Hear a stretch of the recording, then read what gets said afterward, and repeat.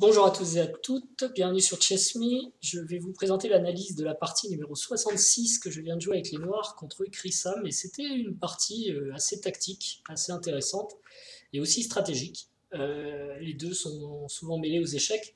J'avais les Noirs et j'ai joué une Sicilienne Canne.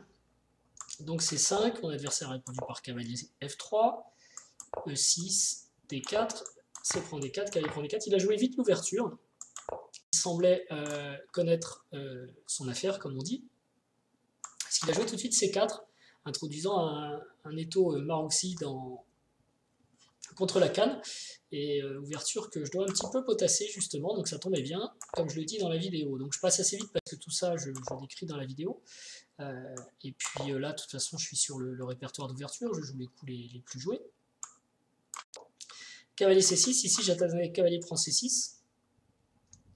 Avec quelques variantes d'ailleurs parfois truculentes sur pion prend et E5, mais ce sera peut-être l'objet d'une autre partie. Il a préféré cavalier C2, qui ressemble à une variante où on a la dame en D3 d'ailleurs. J'ai hésité, et j'ai joué fou C3, qui est un bon coup, parce que je l'ai vu dans une partie récente, enfin dans une vieille partie en fait, mais récemment, en regardant des parties sur les ouvertures, mais j'arrive pas à me souvenir, mais ça doit être quelqu'un de connu qui l'a joué, genre Tal. Et toujours est-il que ici, il y a a priori deux coups, D5 et D6, qui sont jouables. Dame C7 est beaucoup plus rare que j'ai joué. Et l'ordinateur propose aussi Dame A5 qui est intéressant parce qu'il met la pression sur ce pion immédiatement. À ce stade, D5, alors je ne l'ai pas trop considéré, je savais que ça devait être dans l'air un moment et je l'ai oublié, je pense que c'est le coup à jouer en fait. D5, E prend D5, c'est E prend D5. Et après, les blancs peuvent continuer quand même par fou à 3, ce qu'ils ne font pas souvent. Fou E6, parce qu'il y a aussi du dame E2 échec, d'ailleurs ça peut être une interversion ici. Et dame C7, pour préparer le grand roc. Petit roc, grand roc, et je crois que c'est un peu comme ça la partie que j'ai vue aussi. Mais bon, ça fait un peu peur, les blancs sont mieux, parce qu'ils vont avoir C5 par exemple, ils menacent déjà de pouvoir sacrifier ici, ils vont pouvoir mettre une tour là. C'est pas extraordinaire avec les noirs, mais enfin ma partie n'était pas extraordinaire non plus, donc pourquoi pas. Et l'autre proposition qui est plus de l'ordinateur, qui vient taper ici, c'est en fait les blancs sacrifient le pion, et vaut peut-être mieux pas aller chercher avec les noirs, parce qu'après fou D2, on perd encore du temps, ou même fou G5, je sais pas. Vaut mieux roquer, tour B1, et à nouveau on peut pousser D5, mais les... Pardon, D5, pas D6. Mais les blancs ont encore l'avantage dans cette variante. Donc dame C7 est jouable en fait, hein, c'est tout ça que je voulais dire ici. Il joue fou à 3, un coup auquel je ne m'attendais pas, mais j'ai rarement joué cette ouverture. Donc du coup, ben on a un vrai problème sur les cases noires, et notamment D6 à régler. Et ici, D5 est encore possible. D5, E prend D5, E prend D5, non, pas E prend D5, pardon. Dame 5, ah oui, excusez-moi, Dame 5 échec, super intéressant, parce qu'on vient taper ici justement.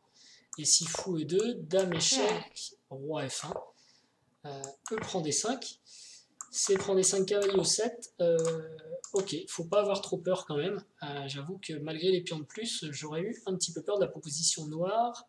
Il est déroqué, mais nous on n'est pas au mieux non plus, on peut pas roquer tout de suite, et il y a ça et ça qui arrivent dans la foulée, donc je sais pas. Franchement je sais pas. Ce que j'aurais dû en penser. En tout cas, les blancs sont a priori pas mal. Alors l'autre possibilité, c'est de jouer D6 tout de suite, pour fermer immédiatement. En fait, fou E2, dont j'ai longuement parlé curieusement pendant la partie, échoue immédiatement sur cavalier prend, donc ça va quoi. Et le cavalier peut même retraiter après, enfin revenir en arrière par cavalier C5. Donc c'est plutôt petit roc, B6 pour bien verrouiller, cavalier E3, fou B7, et voilà, on n'est pas forcément mal avec les noirs, c'est léger avantage blanc, mais ça reste à prouver, quoi. Parce que maintenant, on a du tour D8 notamment, on peut faire grand roc, on peut faire petit roc, on n'est pas si mal ici avec les noirs. Il faut attendre son heure, ça viendra peut-être, mais voilà. Donc je pense D6, c'est un bon coup, meilleur que cavalier E5 que j'ai joué. Parce que là, cavalier E5, ça perd un peu du temps, et mon adversaire a plutôt bien réagi, il a joué petit roc, normal. D6, donc c'est mon plan, hein. Je raconte comment je vais mettre en œuvre ce plan dans la partie, 66, que vous pouvez regarder. F4, qui est le seul coup, il joue bien aussi. Cavalier, enfin, c'est pas le seul coup, mais c'est le seul coup pour pousser un peu. Cavalier D7, donc je peux venir ici et régler mes problèmes. Ça, c'est vraiment mon rêve. Et le 5, je pensais que c'était une erreur. Et en fait, c'est le premier coup de l'ordi. Il sacrifie un pion pour ouvrir les lignes sur le roi. Donc bravo à mon adversaire de l'avoir joué. Pas vraiment d'autre possibilité que d'accepter le sacrifice. Et ici, j'aurais dû prendre avec le cavalier. Fou E2 pour peut-être menacer fou D6. Donc il faut faire quelque chose. Cavalier G6 parce qu'on va se faire attaquer aussi. Et fou F3 qui vient maintenant nous plomber là. Et on voit que les blancs, encore une fois, vont avoir beaucoup de jeux, contrairement aux noirs, dont les pièces ne sont pas vraiment développées, coordonnées, etc. Mais c'était cavalier E5 qui était quand même le mieux. Avec dame prend E5 que je joue, il aurait pu jouer, il aurait dû jouer dame D2. Alors c'est un coup difficile à voir, hein, dame D2. Dame D2, ça défend le pion déjà pour commencer. Cavalier C5, je veux roquer, c'est toujours la même histoire. Là, on peut centraliser la deuxième tour pour repousser la dame, qui est obligée d'aller en C7 pour défendre le cavalier. Cavalier E3. Et maintenant, le truc, c'est que B6, il y a tour prend F6. Et en fait, on ne sera jamais à l'abri. Suivi de cavalier D5, on attaque la dame et on attaque tous les pions. Le cavalier est monstrueux, ça c'est cloué. Donc évidemment, il fallait le voir pour jouer dame E2 avec l'idée de libérer la deuxième tour. Ce qui est quand même une idée assez pointue, on va dire, à notre niveau. Donc moi je ne l'ai pas vu, dame E5, et mon adversaire ne l'a pas vu non plus, puisqu'il n'a pas joué dame E2, il a joué tour E1, qui effectivement d'un point de vue logique paraît pas génial, parce qu'il était pas mal en appuyant sur F6 ici. Mais bon. Dame C7, seul coup, et fou F5, une gaffe. Mon adversaire, parce que son fou, en fait, on va voir, il n'a pas d'avenir ici, ça ne marche pas, donc ça ne sert à rien. Vous pouvez le mettre plutôt en E4, cavalier C5, et les blancs ont toujours un léger avantage. Parce que ce fou est beau, ici la pression est ennuyeuse, il y a la paire de fous, on va peut-être mettre roi H1, on va s'organiser, on va attaquer ici, enfin. Par contre, fou F5, ça passe l'avantage au noir.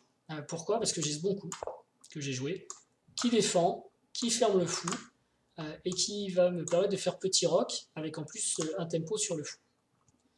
Donc dame D4, pour essayer d'exploiter toujours de façon active la pièce qui est en l'air, B6 pour la défendre, et fou H3. Le fou aurait dû revenir en E4, alors c'est sûr que c'est pas drôle, mais fou E4 vaut peut-être mieux pas prendre ici, parce que du coup on réouvre cette diagonale, mais on peut simplement jouer tour A7. Et bon, les noirs ont l'avantage, mais les blancs sont encore un peu dans la partie. Après fou H3 par contre c'est carrément gagnant pour les noirs, parce que ça y est, je fais petit roc, j'ai résolu tous mes problèmes d'un seul coup, et j'ai un pion de plus, en plus des pions doublés. Tour AD1 n'est pas mauvais. Fou B7, tout vient tout seul maintenant pour les noirs, on développe les pièces enfin. Fou C1, c'est pas le mieux, mais c'est pas non plus mauvais, il veut recycler son fou d'une façon ou d'une autre. Et là, je joue tour AD8, que l'ordinateur prétend être une erreur. Alors bon, tour AD8, une erreur, c'est pas une grosse erreur, ça jette pas la partie n'est pas perdante, elle reste gagnante pour les noirs, mais fou E4 était mieux.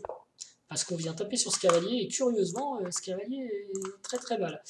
Par exemple, si je joue cavalier A1, bon, on comprend tout de suite que c'est pas une position enviable pour les blancs. Sur fou E4, si on joue cavalier B4, il y a A5 et le cavalier est perdu, donc ça va pas non plus. Et si tour D2 pour le défendre, cette fois on peut jouer tour à D8, dame E3 défend la tour par exemple, hein, tour prend D2, on va reprendre avec la dame toujours pour défendre le cavalier aussi. Et tour D8, en fait, on développe toutes les pièces en repoussant les blancs, et les blancs n'ont plus aucune attaque, et on finit même par fou D3. Double attaque ici, et on va commencer à ramasser les pions, à tout collecter. Les pièces blanches sont pas bien placées, quoi, pas bien coordonnées, et les pièces lourdes sont doublées ici sur un point qui est vraiment pas fragile. Donc, enfin, toutes les pièces d'ailleurs convergent là-dessus, toutes les pièces sorties, mais ça sert à rien. Donc voilà, les noirs étaient très bien après fou E4, j'ai pas vu ça, et j'ai préféré l'immédiatement actif, à mon sens, tour à D8, qui est pas mauvais, hein, mais qui est moins bon. Dame H4, qui avait un peu mieux. Je m'attendais d'ailleurs à fou F4, c'était ce que je pensais. Et sur fou F4, je pensais prendre. Fou prend. Tour prend. Et après fou prend D6, tour prend C3, j'ai encore gagné un pion. Et a priori, ça devrait suffire malgré la paire de fous. Elle n'est pas géniale, hein, ce fou va devoir être recyclé. S'il essaye de passer par là, il va être échangé. Celui-ci risque de se faire enfermer, faire attention aussi. Donc ça va plutôt bien pour les noirs ici, c'est gagnant. Voilà. Donc bon, c'était un meilleur coup que dame H4, mais ça suffisait pas, les blancs sont déjà perdus dans cette position. Et en plus, je continue à jouer les bons coups, donc j'échange. Tour D8, pas le meilleur coup, un coup d'échange. Ici, on a cavalier EC4. Je vais en reparler après parce que c'est cavalier CE4, pardon, parce que c'est vraiment un coup clé qui menace pas mal de choses en fait, qui défend aussi pas mal de choses. Ce cavalier, c'est la star de la partie. Moi, je le rate, je joue tour D8. Mais c'est pas très grave parce que bon, il se rend compte que sa tour, c'est sa meilleure chance de s'en sortir. Et maintenant, je joue cavalier CE4, quel bon coup, le meilleur coup, et qui fait que toute la défense noire tient en fait avec ce cavalier. Donc déjà, il a permis au roi de se mettre à l'abri en venant faire en fait le bouclier en C5, et maintenant, il vient complètement dominer sur une case où il est bien protégé dans le camp blanc. La position des cases noires dans le camp blanc, quoi. Donc super cavalier. Cavalier D4. Il n'y a plus moyen de défendre ce pion de toute façon, on le prend. Et fou A3, alors ça c'est encore une imprécision, peut-être fou E3 c'était mieux, mais de toute façon sur fou E3 on prend le pion en C3. Dame E1 pour défendre le fou, on voit que en fait, tout le monde revient en arrière, et l'ordi nous propose même un super coup, tour prend D4, parce que sur dame prend C3, il y a cavalier prend C3, fou prend D4, et cavalier échec qui récupère le fou, et qui gagne la partie. Ok, donc il joue fou A3, dame prend C3, là il est très très mal. Et du coup, plutôt que de jouer autre chose, il décide de sacrifier le cavalier en E6, sachant qu'ici, dans cette position, le premier coup proposé par l'ordi, c'est cavalier C2, hein, qui permet dame prend C2, donc c'est pour dire que c'est bien cuit quand même. Donc, ok, il va pour cavalier E6. J'ai pris avec le pion, c'était pas, il y avait un mat forcé en fait, avec dame E6, dame E3 échec, mais un mat en je sais pas combien de coups, on voit que 8 coups après, on n'y est toujours pas. Donc c'est pas forcément criminel de ne pas l'avoir vu. Pion prend. Fou prend le 6. Roi H8. Surtout que j'ai bien vu un truc. J'ai vu que je continuais à avoir la pression là-dessus et que j'allais avoir du dame D4. C'est vrai que j'ai pas vu dame E3. Et bon, faut le regarder aussi. Et là, il joue fou E7 pour espérer prendre ici. Mais même là, ça marche pas. Hein, tout est bien défendu. Et je me rends compte que j'ai un thème de maths sur la première rangée, dame D4. Et en fait, je rate dame E3. Dame E3, c'était plus précis que dame D4. Mais c'est vrai que j'ai joué dame D4 parce que je voulais aussi profiter sur roi H1, profiter de la découverte sur la dame ici, pour la gagner. Mais en fait, dame E3, c'est plus précis. Alors pourquoi? Parce que sur roi H1, cavalier F2, on a toujours les mêmes thèmes, hein, dame prend, tour prend que dans la partie, et tour mat, enfin tour F1 et tour prend F1 mat. Mais en plus, il y a une petite subtilité, c'est qu'ici on peut jouer cavalier H3, échec, sans que la dame soit en prise en fait. Alors que dans la variante où la dame est en D4, elle est en prise. Enfin, ceci dit, ça ne change pas grand-chose, c'est un double échec. Donc pour l'instant, ça ne change pas grand-chose, pardon. La subtilité, elle est ici, excusez-moi, j'ai dit n'importe quoi, comme d'habitude. C'est dame E2, un coup calme, mais terrible, qui menace mat ici. Il faut donc défendre F2 et F1 en même temps. Donc il n'y a que deux coups qui permettent, soit dame ici, mais dans ce cas-là, on est perdant sur dame prend, tour échec et tour mat. Ou bien tour G1 qui défend aussi, mais on va perdre aussi sur fou prend échec, tour est forcé, dame échec et dame mat. Voilà, donc il fallait voir tout ça. À ce moment-là, bon, j'ai 3 minutes, c'est pas impossible, il faudrait quand même que je calcule. J'ai calculé dame D3, il aurait fallu que je calcule dame E3. Mais j'avoue que sur dame D4, je me suis vu beau, comme on dit, parce que j'ai vu la dame tomber, quoi, tout simplement. Même si c'est au prix de la tour. Dame D4 échec, donc roi H1, ok. Cavalier F2 échec, roi G1 forcé, puisque c'est... si on prend F2, il va y avoir un mat en D1, qu'on prenne avec la dame ou la tour, bon, je l'explique pendant la partie. Et là, attention à ne pas croire qu'on a un mat comme ça, le célèbre mat... parce qu'il y a dame prend F2 et il n'y a pas de mat du tout.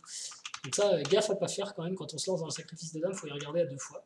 Et donc du coup, je crois que j'étais tombé donc logiquement à 2 minutes 10, un truc comme ça. Je me dis, allez, je prends la dame et je m'embête pas. J'ai suffisamment de matériel, et à un moment, il ne faut pas trop se prendre la tête, ça c'est plutôt bien. Dame D4, ça va. Meilleur coup, tour prend. Dame D1, il y avait peut-être mieux, mais ça marche. L'idée, c'est de repousser un peu sa tour et de reprendre la pièce. Et là-dessus, il abandonne, effectivement, c'est perdu. Donc la partie, je suis content, je l'ai plutôt bien jouée. Si je vais voir quelque part l'analyse de l'ordinateur, je ne sais pas si elle est, voilà, elle est ici. Dans le début de partie, en fait, c'est les blancs qui ont l'avantage, et même nettement sur cavalier E5, et encore plus nettement quand je joue dame prend E5, là je me trompe, mais il fallait le voir. Et après, c'est lui qui va se tromper, notamment cavalier C5, ça lui a fait de la peine, je pense. Et c'est dur après de... Voilà, ça l'a un peu déstabilisé, les noirs ont pris l'avantage, et j'ai creusé tout le temps jusqu'à la fin, donc j'ai plutôt bien joué. Lui, il n'a pas joué de façon fantastique, hein, 54 de perte moyenne en centipion. C'est ce que j'avais sur les 2 dernières parties qui m'agaçait un peu. De mon côté, je pense que j'ai fait une bien meilleure partie. 25 en perte moyenne en centipion, c'est plutôt excellent, je suis content. Enfin, pour moi, hein, tout est relatif. Et bon, par contre, 2 erreurs, 4 imprécisions. Donc on a vu pendant la partie en fait que ce sont des imprécisions qui dégradent un peu une position gagnante, mais qui ne condamnent pas le gain. Donc c'est pas des gaffes où je rate quelque chose qui fait perdre la partie. C'est juste que je prends une bonne suite qui gagne, mais il y avait encore mieux, quoi. Donc ça, c'est des erreurs que je veux bien faire, même si évidemment à terme il faudrait réussir à les éliminer. Voilà. Bon, bah, j'espère que ça vous aura plu. Moi, cette partie, j'ai trouvé amusante. Beaucoup de tactique, mais encore une fois, qui sert des objectifs stratégiques. Et en l'occurrence, l'objectif stratégique, c'était ici lutter contre la faiblesse de pion, contre la paire de fous grâce à la faiblesse de pion, en quelque sorte. Et puis, quand il a joué fou à 3, développer un plan, pardon, pour réussir à roquer à base de cavalier C5. Donc c'est cavalier C5, petit roc B6, enfin, je ne parle pas la partie. Et j'ai finalement, même si j'ai pas été très précis avec cavalier 5, j'ai réussi par la tactique à remplir mes objectifs stratégiques, ici. Et à partir de là, ça allait beaucoup mieux. Voilà. Ensuite, les blancs sont un peu perdants. Voilà, allez, je vous remercie, abonnez-vous, mettez des likes, des commentaires, je les lis tous, et je vous dis à très bientôt. Ciao.